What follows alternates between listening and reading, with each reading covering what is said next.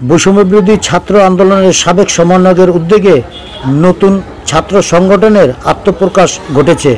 সংগঠনের নাম গণতান্ত্রিক ছাত্র সংসদ।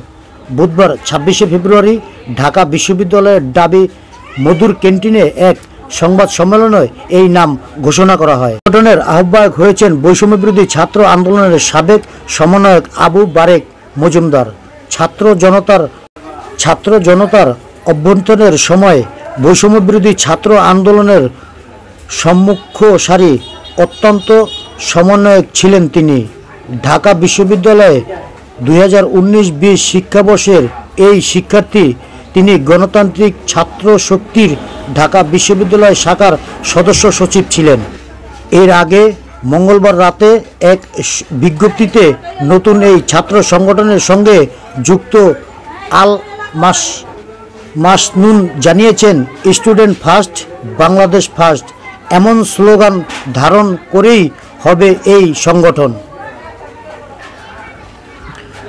সাবেক সমন্বয়করা জানিয়েছেন, নতুন ছাত্র সংগঠনের নীতি হবে স্টুডেন্টস ফার্স্ট ও বাংলাদেশ ফার্স্ট। ছাত্র নাগরিকের স্বার্থ বাস্তবায়নের লক্ষ্যে কাজ করবে তারা। নতুন ছাত্র সংগঠনে কারো লিয়েজু ভিত্তিক করবে না, কোনো মাদার পার্টির এজেন্ট বাস্তবায়ন করবে না। নতুন সংগঠন গণতান্ত্রিক প্রতিক্রিয়ায় নেতৃত্ব নির্বাচন করবে। সাইফুল ইসলাম সেন্টু, মানবিক বার্তা।